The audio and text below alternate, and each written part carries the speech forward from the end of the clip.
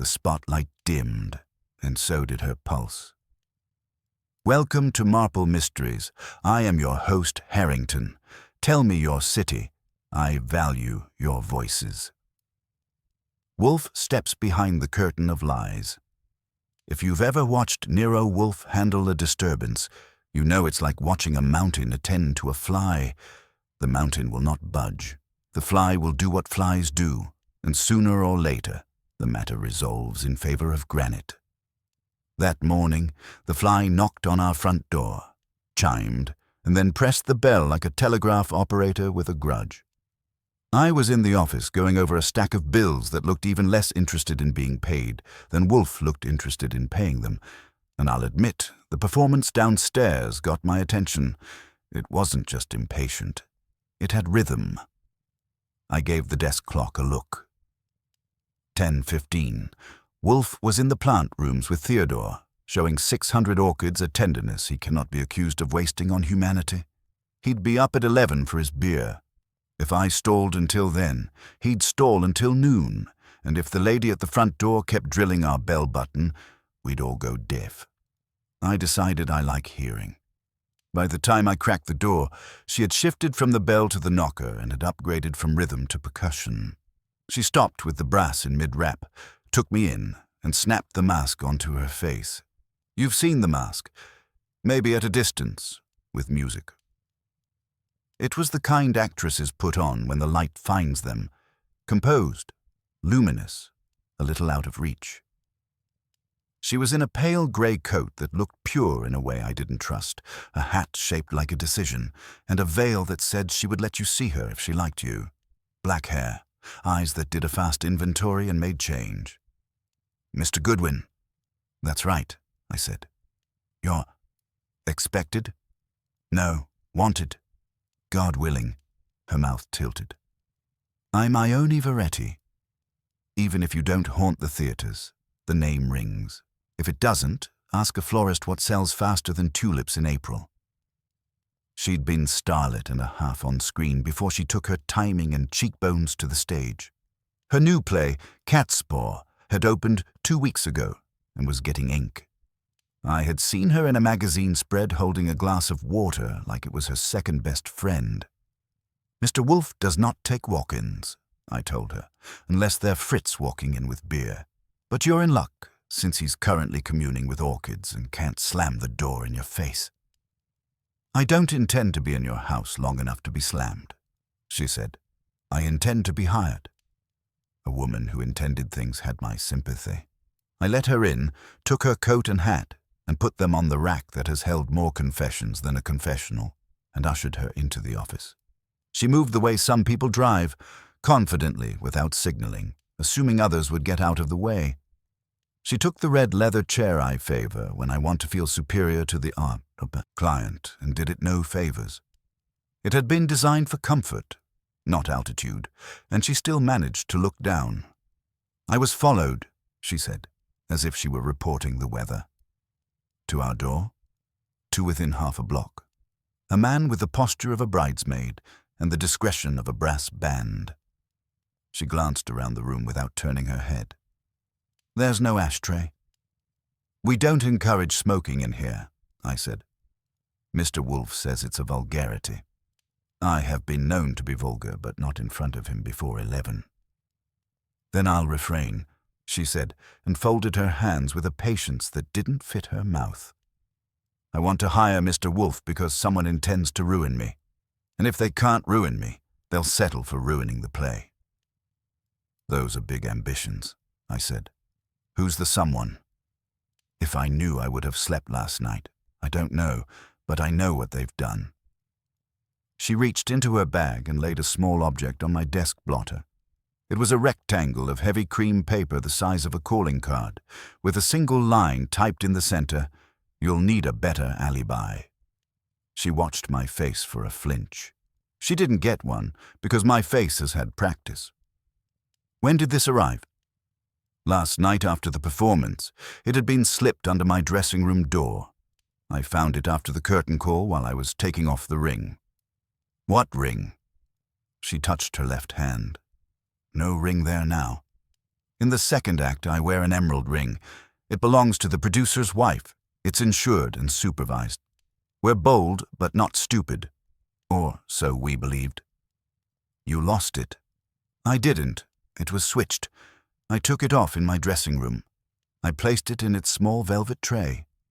10 minutes later, it was paste.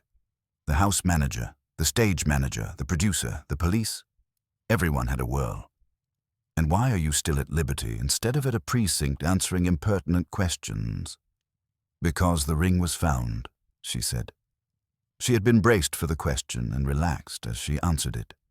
The real ring turned up in the prop safe behind the bar set, wrapped in a page from last week's Variety. It hadn't been there at a half intermission when props were checked. It was there after the show. I was not the last person to touch the prop safe. But you are the last person associated with the ring before it became paste. Yes. And I am the recipient of the charming note. I turned the card over. Blank, of course. The type was the workaday peeker you can hear.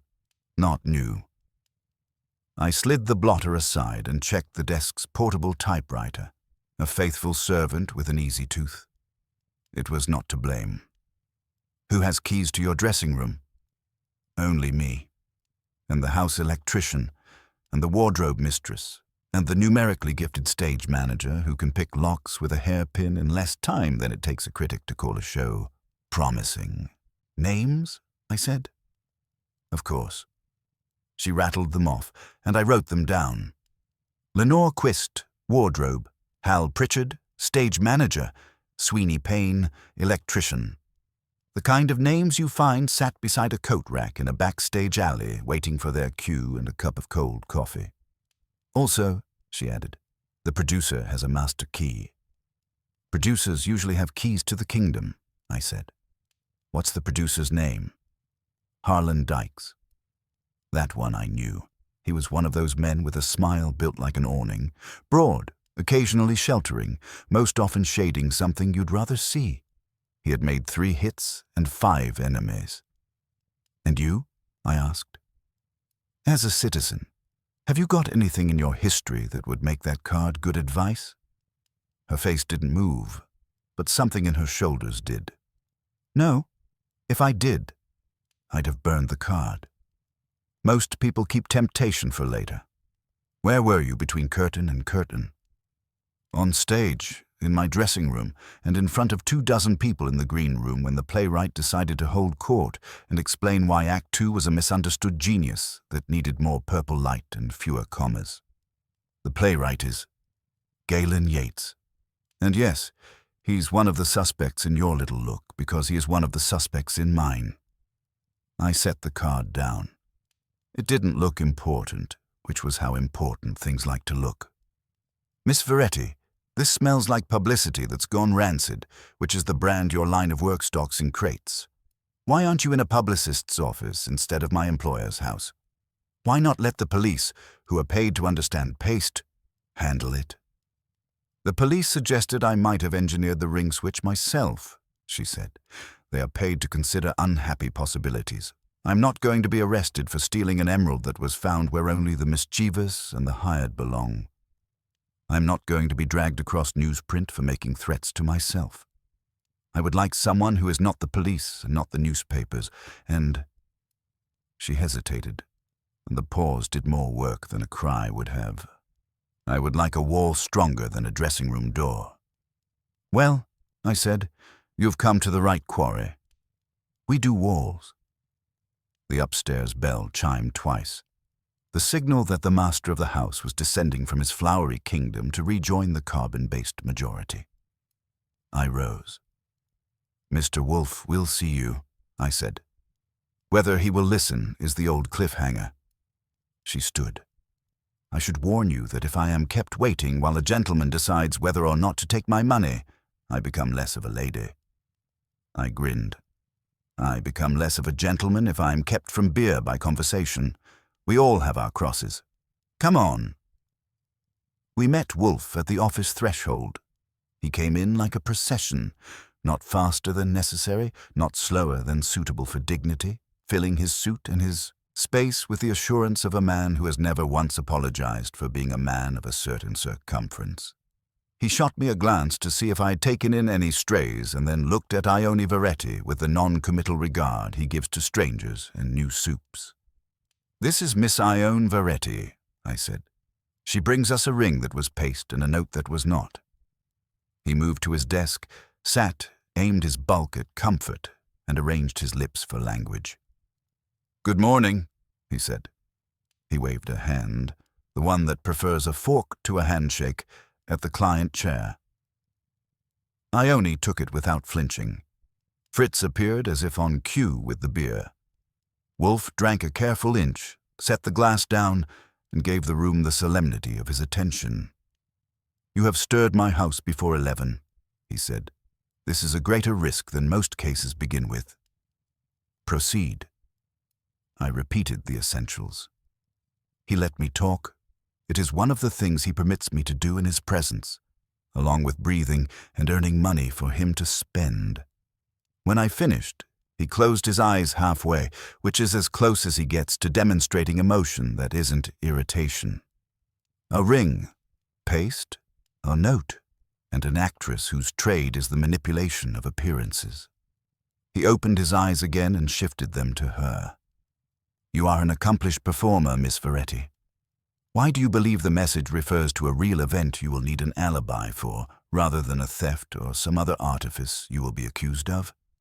"Because," she said, and the single word had a tempered edge. The word alibi was spelled correctly. Wolfe's left eyebrow moved a degree. Mine might have gone 3. She went on. "If you wanted to frighten me over the ring, you would use theft, or police, or jail. You would not choose a word that belongs to the business of murder. Whoever wrote that believes I'm going to need a defense I cannot supply, and soon." "Do you?" "No." "Do you wish to hire me with the purpose of ensuring that you do not need an alibi?" "I wish to hire you with the purpose of ending the game before the rules get worse," she said, "and because I have reason to think the man following me this morning was sent by someone who would prefer I do not hire anyone at all." "You were followed here," Wolfe repeated, displeased. "Archie." "I'll take a look." I started for the hall. He stopped me with a finger. "Not yet. First the terms." He returned his gaze to Ione Veretti. "I dislike the theatre," he announced, as if the theatre had personally offended him. "It is too often a conspiracy against candor, but I dislike even more the idea of work that obliges me to move my feet. This may be an instance where I can employ my brain while delegating the vulgarities of locomotion to Mr. Goodwin. My fee is $2,000 for a week of my attention, expenses additional." He cut a slice out of the air with his hand. "Do not speak of publicity. I will have none of it." She didn't blink. "You'll have half now," she said, and produced an envelope that could have choked a thrush. "And, Mr. Wolfe, I will have something else. Indeed, your assurance that if at any time you believe I should go to the police, you will tell me without irony. I cannot do irony this week." "Irony is Mr. Goodwin's department," Wolfe said. "I practice only accuracy." He nodded at me. "Receipt." I took the envelope, counted, wrote, and tucked. She didn't watch the money. She watched Wolfe. Most people do, once they grasp that he is not a simple large man with a chair, but a large mind with a house. He gestured, and I handed her back the receipt. "Very well," Wolfe said. "Now, Mr. Goodwin, the follower." I went to the front, slid the chain, and eased the door a finger's width. The sidewalk was doing its usual morning show, a delivery truck at idle, a woman walking a dog that had decided a tree was its spirit animal, and a man leaning against a lamp post, reading a newspaper as if it had been handed to him by subpoena. The man had the posture of a bridesmaid, obliged to the moment, unwilling to like it. He also had a jacket too light for the weather and shoes that wanted polish. He folded the paper without reading the back half and crossed the street toward a cab that had been loitering with intent. I closed the door and returned. "He's graduated," I said, "from lamppost to taxi." Wolfe said. "The card." I handed it over. He didn't touch it. He looked at it the way a cat looks at a saucer, assessing temperature and purpose before application. "Pica," he murmured. "Old ribbon. Cheap stock." He pointed a stubby finger at the bottom right corner. A minute indentation, as from a paperclip. "Mr. Goodwin, do not scowl. You can see it if you try. It suggests the card may have been attached to others at some point. Miss Veretti, was there anything else in your room? A note, a program, a letter?" "No. Nothing missing. Nothing but dignity," she said. "Then whoever left the card had time and confidence. A trespass." His mouth soured on the word. "Committed with poise. Very well. I will set my mind to this nuisance. Mr. Goodwin will attend the theatre this afternoon and again tonight." He shut his eyes briefly and opened them.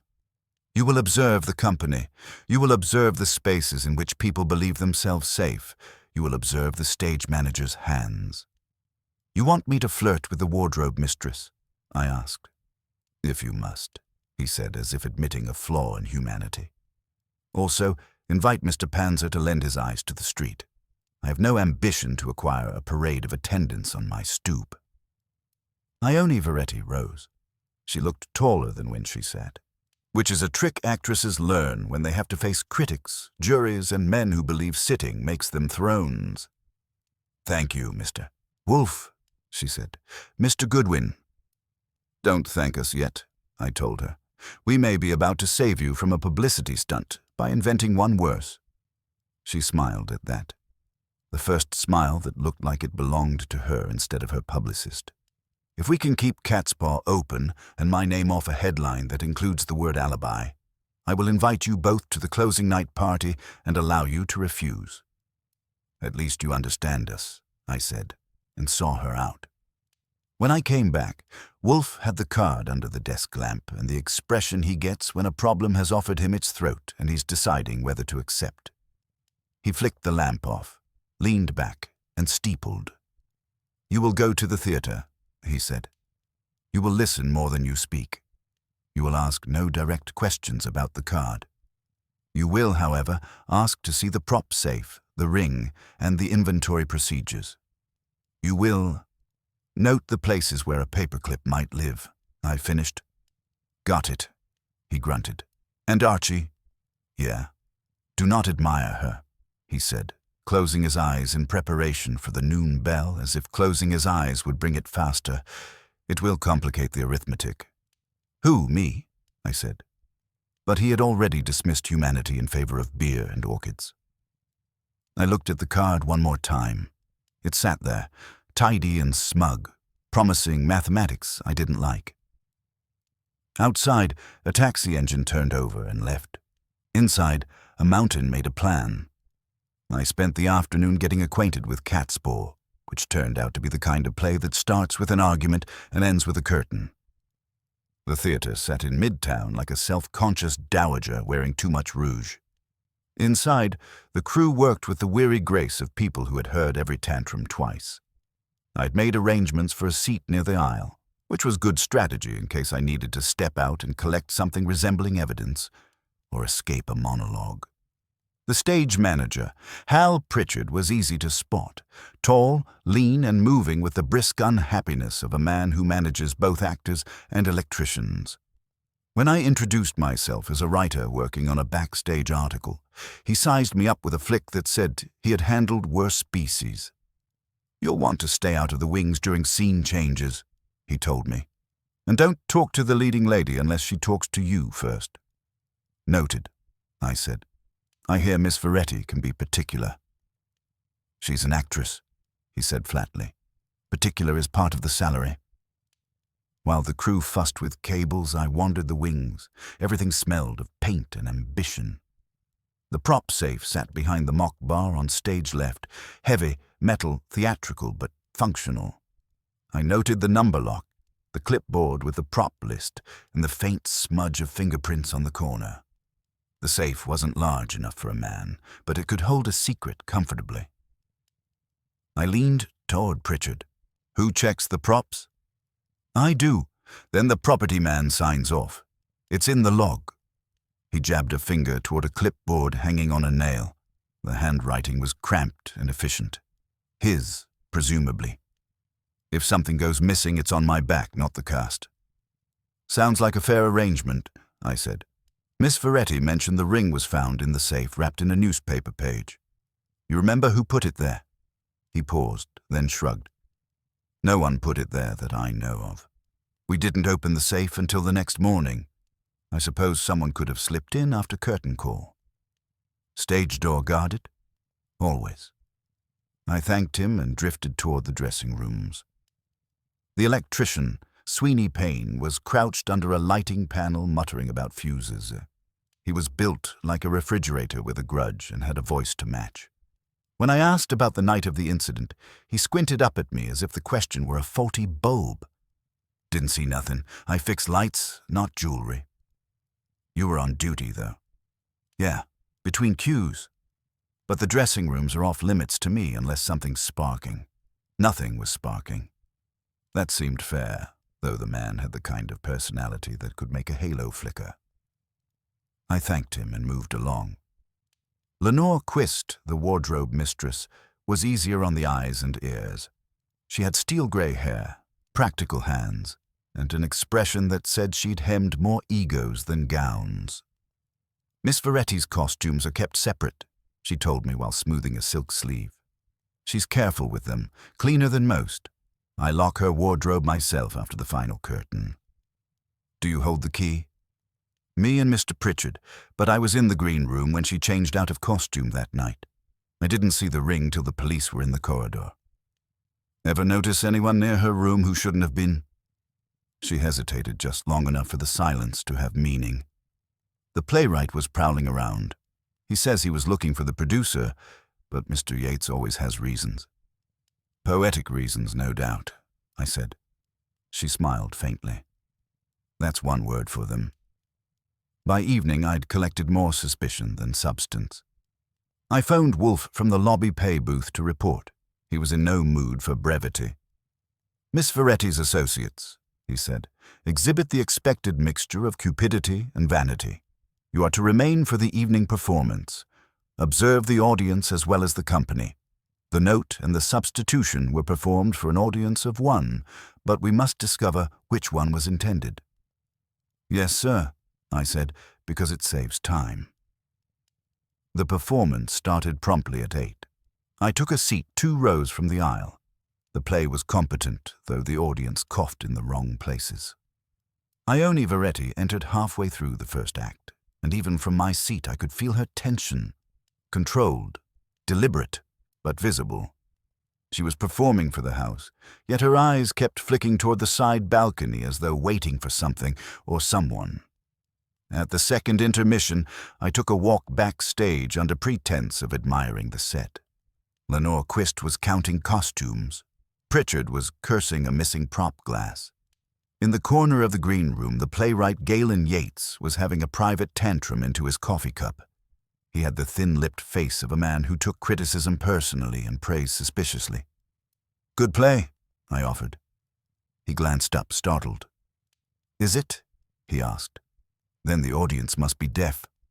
Artistic differences? He snorted. Artistic sabotage. Dykes, the producer, cuts scenes to make it shorter. Ione adds pauses to make it longer. Between them, they've murdered timing. It's my play, but no one listens to me. Except maybe someone who slipped a note under her door. His head snapped up. What note? I let my grin do the talking. Just gossip. Forget it. He watched me leave, his expression turning sharp and inward. Back in my seat for Act 3, I kept half an eye on the wings. Near the end of the act, something flickered in the shadows, a figure moving too carefully. It was Pritchard, slipping behind the bar set. He fiddled briefly with the safe, glanced toward the stage, and vanished into the wings. When the curtain fell, applause rose. I moved fast. Behind the bar, the safe was locked.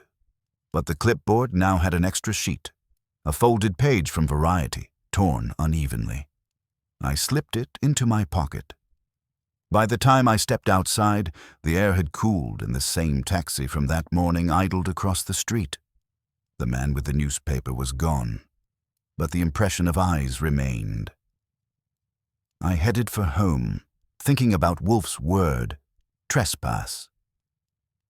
When I reached the brownstone, Wolfe was waiting in his chair, beer in hand, as though the world outside were an inconvenience. I handed him the torn page. He examined it without comment, then looked up with a glint of satisfaction that passes for excitement in his geography. "Good," he said. "Now we may invite the ring's true admirer to make another move, and this time, Mr. Goodwin, we will be watching." Wolfe studied the torn page of Variety under the lamp as though it were a confession written in invisible ink. I stood by, waiting for his verdict. He didn't rush. Wolfe never does. When he finally spoke, his voice was slow and exact, like a surgeon explaining that you'll live, but not comfortably. "This," he said, tapping the paper, "was not torn randomly. Note the edge. Clean on one side, ragged on the other. Someone folded it, then tore along the crease. It was deliberate. The portion you retrieved, Mr. Goodwin, contains the tail of an advertisement. The other half may bear a date or a name, which makes our culprit half thorough and half sloppy," I said. "He, or she, plants a note in Ione's room, switches a ring, and then leaves wrapping paper in the safe like an autograph." "Why?" "Because confidence breeds negligence," Wolfe said. "The same arrogance that permits a trespass permits oversight, and arrogance, Archie, is often our most generous informant." He leaned back, lacing his fingers. "Tell me about Mr. Pritchard. He's got the personality of a clock and the charm of a closed door. Efficient, sure, but I saw him fiddling with the prop safe between acts. When I went back, there was that folded Variety page stuck under the prop list. He could have planted it or removed it. Either way, he didn't expect company." Wolfe nodded slightly. "You're certain it was him?" "As certain as I can be without installing a neon sign above his head." He took a sip of beer. "And Miss Veretti's performance?" "Focused, but tense. She was scanning the balcony like she expected a bullet or a critic. The playwright was stewing in the green room, the electrician claimed ignorance, and the wardrobe mistress hinted that Yates, the playwright, had been sniffing around backstage. He's bitter enough to season soup." Wolfe grunted. "Then bitterness may serve as our spice." He set the paper down and closed his eyes, which meant he was thinking. "I know better than to interrupt that process. It's like knocking on the door of a volcano to check the temperature." After a full minute, he opened them again. "You will visit Miss Veretti tomorrow morning. Inquire, delicately, whether she received any additional communication, written or otherwise, since leaving here. If she has, I want the item intact. If she has not, I wish to know who visited her dressing room today. And if I happen to find a second folded page of Variety, bring it without commentary." "Understood?" He lifted a finger. "Also, request from Mr. Panzer a full account of the man who observed the brownstone this morning.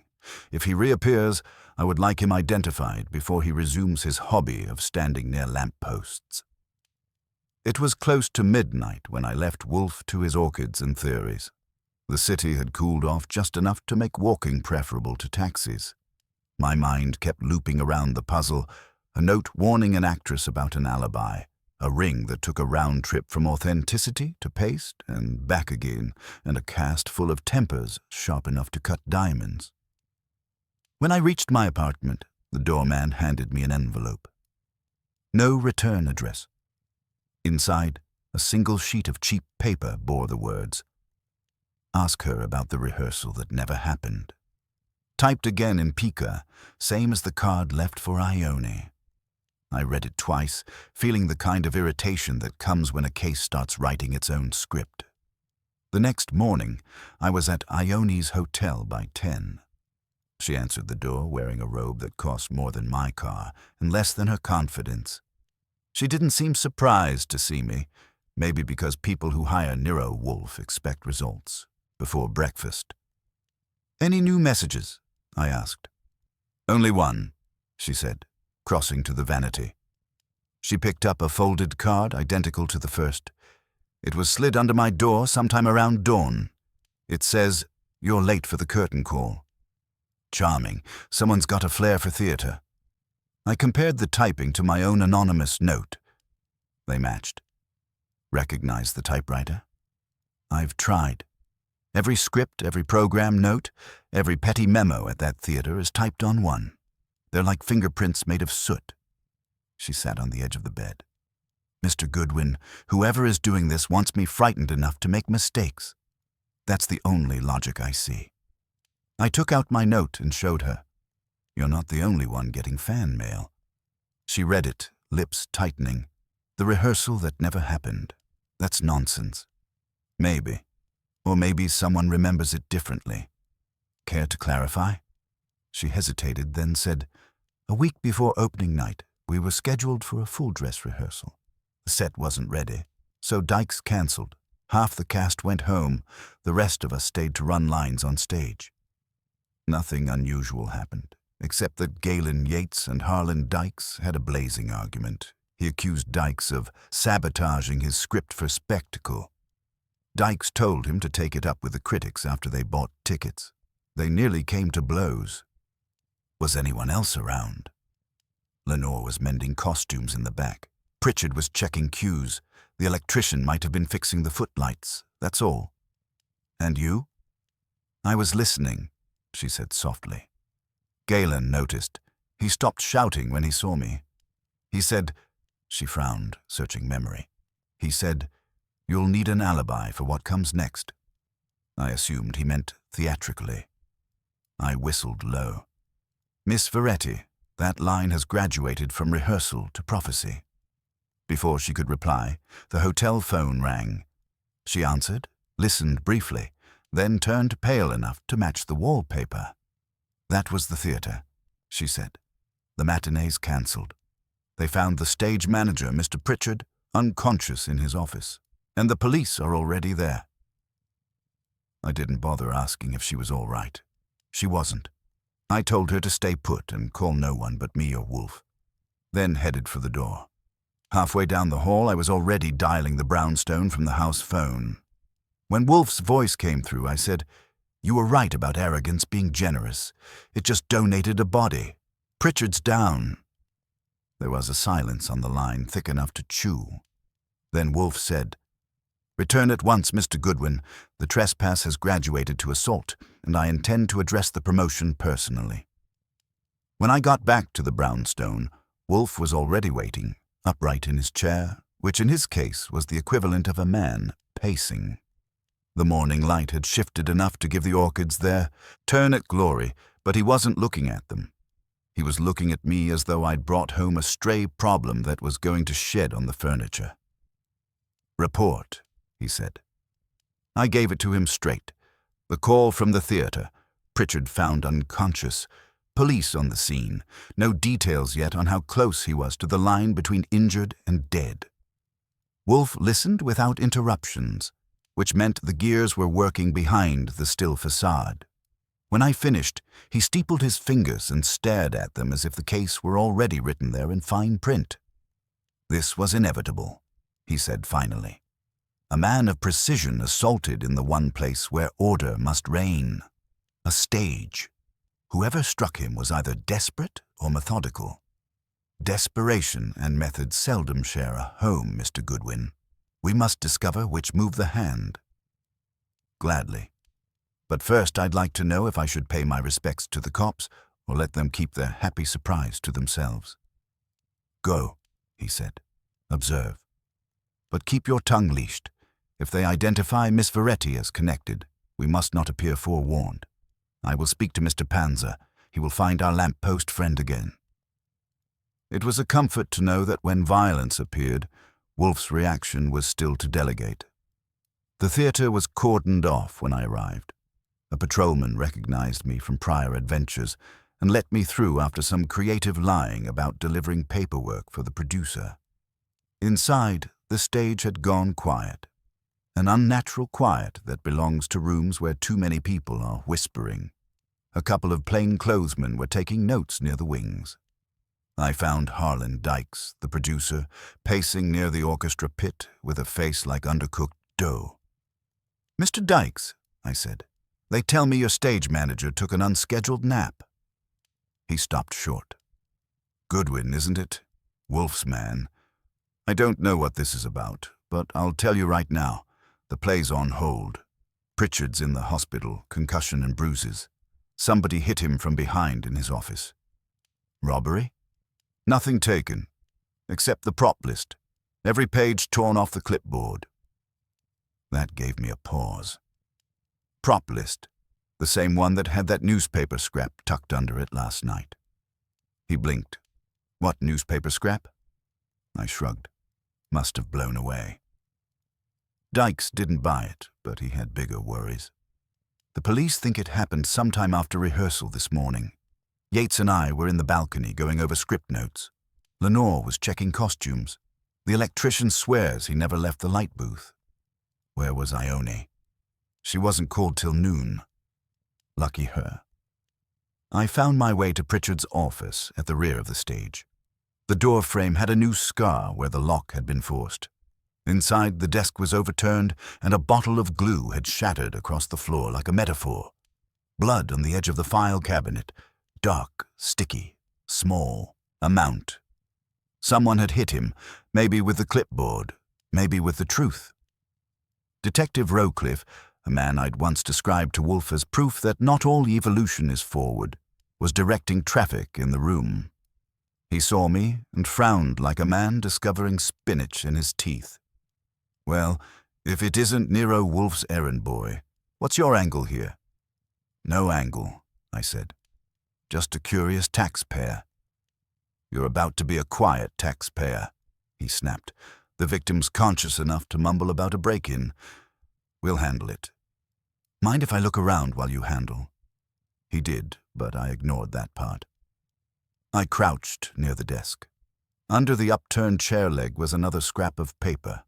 Cheap newsprint, folded, torn along a clean crease. I pocketed it before Rowcliffe could ask what I'd found. By the time I left, the police had begun the ritual of sealing evidence and questioning the cast. I phoned Wolfe from the lobby payphone again. "Second piece of the variety page," I said. "Found under Pritchard's desk. Looks like someone's building us a jigsaw puzzle." "Indeed," Wolfe replied. "Return immediately, and bring Mr. Dykes if possible. I wish to gauge his candor before the police finish dulling it." Convincing Dykes to accompany me took a promise that Wolfe's involvement might protect the play's reputation. That phrase works miracles for producers. Within an hour, we were back in the office, where Wolfe greeted him with the warmth of a subpoena. "Mr. Dykes," he said, gesturing to the red leather chair, "I require facts, not theater. Your stage manager is assaulted, your play endangered. You will, therefore, restrain any impulse to dramatize." Dykes's hands trembled slightly. "I don't know what to tell you. Pritchard was loyal. He wouldn't cross anyone, unless—" "Yes." Wolfe's voice was silk over stone. "Unless he knew something about that ring business. The insurance men were due to question him today." Wolfe's eyes opened a fraction wider. "And you did not mention this to the police?" Well, not yet. It would complicate things." "Things are already complicated," Wolfe said dryly. "Mr. Goodwin, the other half of the variety page." I handed it over. Wolfe unfolded both pieces on his desk blotter, aligning the edges with surgical precision. Together they formed an advertisement column, and at the bottom, a small boxed notice. "Stage props and repairs. Harold Pritchard and Comar. Quality work since 1931. Wolfe sat back, satisfied. So, he saved clippings of his own trade notices, as men of modest pride do. Someone borrowed one for our earlier trick, and when that became inconvenient, they returned to reclaim it. Violently. Dykes swallowed. "You think the attack was about that note?" "I think," Wolfe said, "it was about control. Pritchard had discovered who left it and attempted to remove the evidence. He failed. Someone silenced him before he could speak. Dykes shifted uneasily. And Miss Veretti? She is the intended victim only insofar as her fear serves another's design, Wolfe murmured. But the design is tightening. We are being prompted toward an act. Perhaps a confession, perhaps a catastrophe. I must know which. He turned to me. Tomorrow you will revisit Miss Veretti. Bring her here at 6. Before that, obtain from the hospital a full report on Mr. Pritchard's condition. If he is capable of speech, we require it. And tell Mr. Panzer to maintain surveillance at both her hotel and the theater. Whoever directs this drama intends another cue, and we must be ready when the curtain rises. He reached for his beer then, ending the audience. As I watched him sip, serene as a monk at prayer, I had the uneasy sense that the case was beginning to close its hand, and we were standing neatly in its palm. I got to the hospital just past noon, the kind of hour when nurses look like saints and detectives look like trespassers. The smell of antiseptic was strong enough to cure bad habits. Pritchard had been moved to a private room on the 3rd floor, guarded by a policeman who looked as if he'd been assigned the job for his conversational skills, meaning he didn't have any. I dropped Wolfe's name, which has been known to open doors, close mouths, and occasionally clear traffic. It worked well enough to get me 5 minutes inside. Pritchard looked like someone who'd had a long argument with gravity and lost. His head was bandaged, his skin gray under the hospital light. When he opened his eyes, they found me without much enthusiasm. "Goodwin," he said weakly. "You're the one from last night." "That's me. I don't suppose you remember who gave you the headache?" He tried a smile that cracked halfway. "Door was locked. Heard someone knock, said it was Yates. I opened it, and that's all I remember." "You're sure it was his voice?" "Could have been. Sounded like him." His eyes drifted shut, then opened again with effort. "Listen, don't trust Dykes. He's—" The sentence collapsed into a whisper I couldn't catch. The monitor beeped in disapproval. A nurse stepped in, gave me the look nurses save for reporters and private eyes, and told me to scram. Outside, I found a payphone and called Wolfe. "Pritchard claims Yates knocked before he went down. Might be true, might be the morphine talking. He also said not to trust Dykes, which makes it unanimous." Wolfe said. "That establishes opportunity, but not purpose. Was he coherent?" "Enough to make me wish he wasn't. Anything on our lamppost admirer?" "Mr. Panzer reports that the man entered the same hotel where Miss Veretti resides and has not emerged. He is either a shadow or an imbecile, possibly both." "Then I'll head that way." "Do so. Miss Veretti is expected here at 6. Ensure she keeps the appointment and remains, unmolested until then." "Understood. And Wolfe, if Yates did hit Pritchard, what's the play?" "The play," Wolfe said, "is far from over. Let us see who forgets their lines." The afternoon draped itself over Manhattan like a tired curtain. At the hotel, I checked the lobby first. The man Panzer had described was easy to spot once you knew what to look for. Same stiff posture, same fondness for newspapers. He sat in a corner near the elevators, pretending to read. I strolled past, whistling something off-key, and caught him glancing at the reflection in the brass ashtray stand. I've met smoother tales. I gave him a friendly nod on my way to the desk and asked for Miss Veretti's room. When I got upstairs, I knocked twice. Her voice came through the door, steady but tense. "Who is it?" "Archie Goodwin, your guardian angel with bad timing." She opened up, dressed to leave, a soft blue suit and eyes that hadn't rested. "I know I'm supposed to meet Mr. Wolfe, but something's happened. Galen Yates called. He wants to see me before 6. He said he can explain everything about the ring and Pritchard."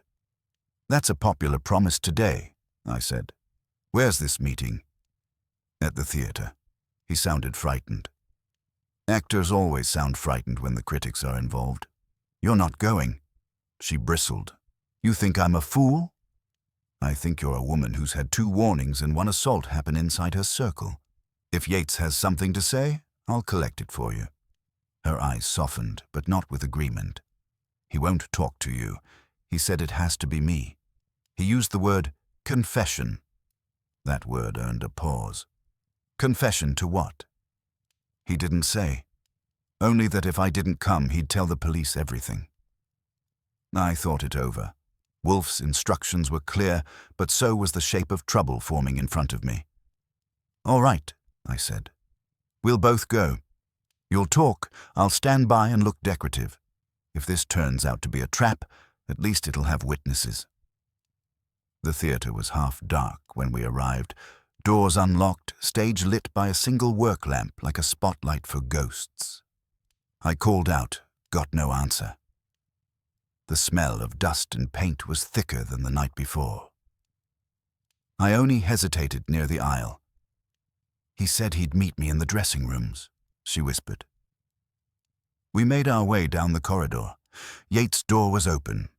Inside, the playwright sat slumped over the desk, a glass on its side and a faint chemical smell that didn't belong in any backstage bar.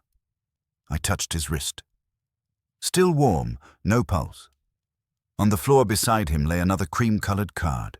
The curtain falls for all of us. Ione gasped and backed against the wall. I caught her arm before she fell. Steady, don't touch anything. She shook her head, eyes wide. I didn't... Archie, I swear, he called me. He said... I know.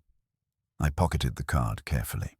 You're going to sit in the hallway while I phone Wolfe, and you're not saying a word to the police until he's spoken. When I got Wolfe on the line, his voice had lost its usual velvet calm. Goodwin, where are you? At the theater. Yates is dead. Poison, I think. Left a note that sounds poetic but not suicidal, and our client's scared enough to start believing her own press. There was a silence long enough to fill the line with weight. Bring her here, Wolfe said finally. Now. And Archie, be circumspect.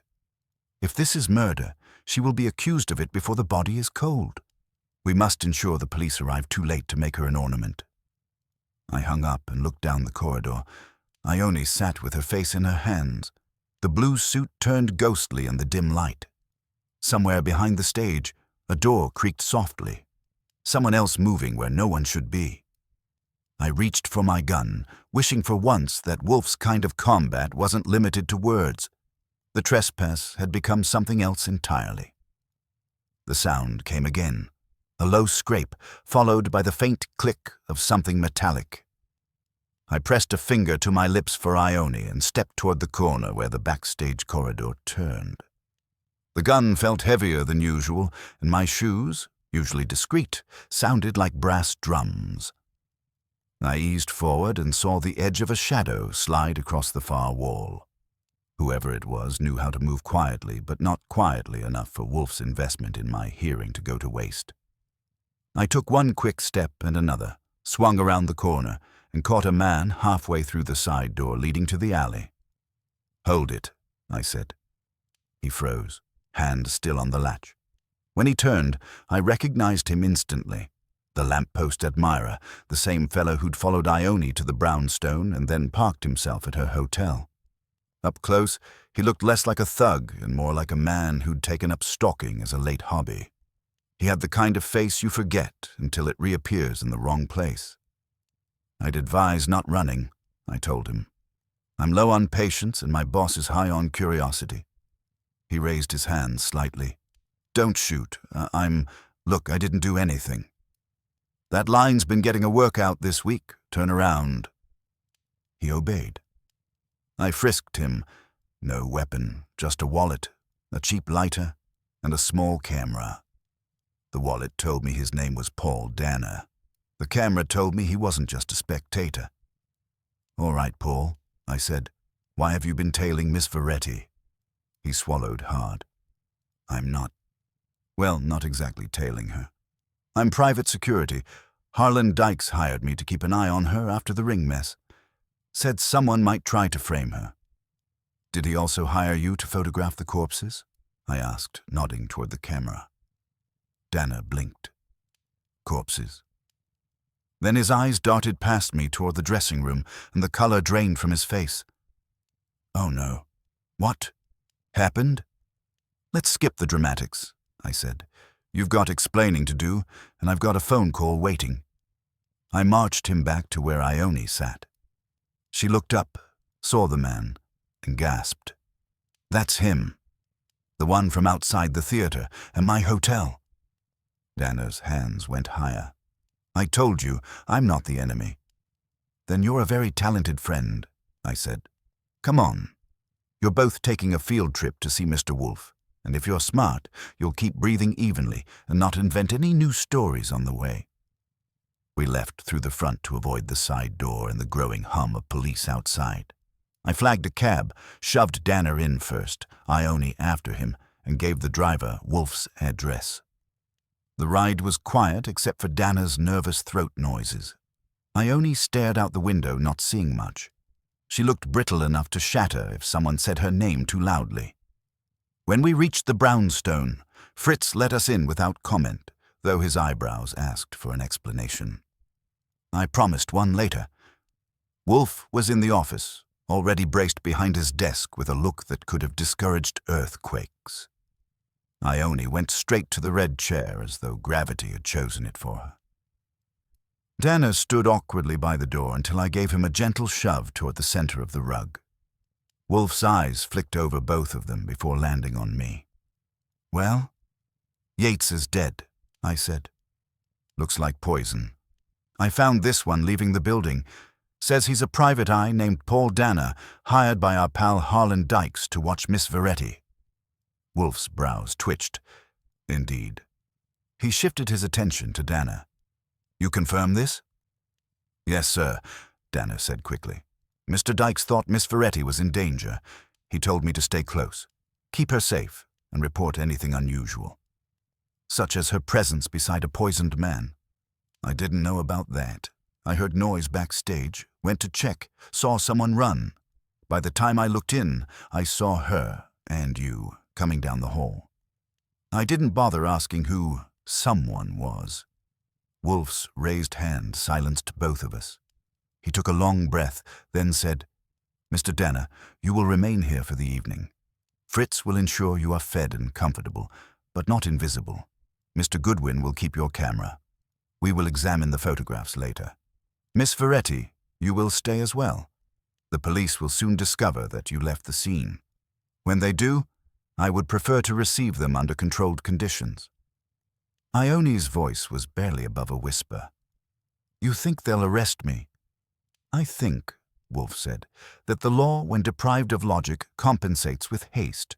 You are the nearest available suspect. We must ensure they look further. I made a quick trip to the kitchen to stash Dana's camera and returned to find Wolfe already constructing the architecture of deduction. He had Yates' notes spread out beside the earlier ones, the cream card with its tidy black letters aligned like soldiers. Mr. Goodwin, he said, compare these. Observe that the ribbon is darker, fresher on this last card. The same typeface, but a newer impression. The earlier notes were typed on a worn ribbon. This one is crisp. The author has access to at least 2 machines. Meaning what? Meaning, Wolfe said, the author is not a single opportunist, but someone manipulating others. Perhaps the ring, the assault, the note, the poisoning, all parts of a single design to destroy Miss Veretti's credibility and career. The assassin and the dramatist may be one and the same. Dana muttered, You think she's being framed. Wolfe's lips twitched. Framing is too crude a word. She is being directed, Mr. Dana. Someone has written a play, and Miss Veretti has been cast as its heroine, against her will. The phone rang then, sharp in the quiet. I crossed the room and answered. It was Rowcliffe. His tone was as friendly as a subpoena. Goodwin, your actress skipped the scene of a murder. We've got her prints all over the dressing room. Where is she? I glanced at Wolfe. He nodded once, slow. She's right here, Rowcliffe, I said. And before you start printing headlines, Maybe you should come by and let Mr. Wolfe save you the trouble of arresting the wrong woman." I hung up. Wolfe took one more look at the cards, then leaned back. "Archie, prepare for guests. This evening promises to be illuminating." He closed his eyes, fingers steepled, while the rest of us waited in the thick silence. I knew that pose.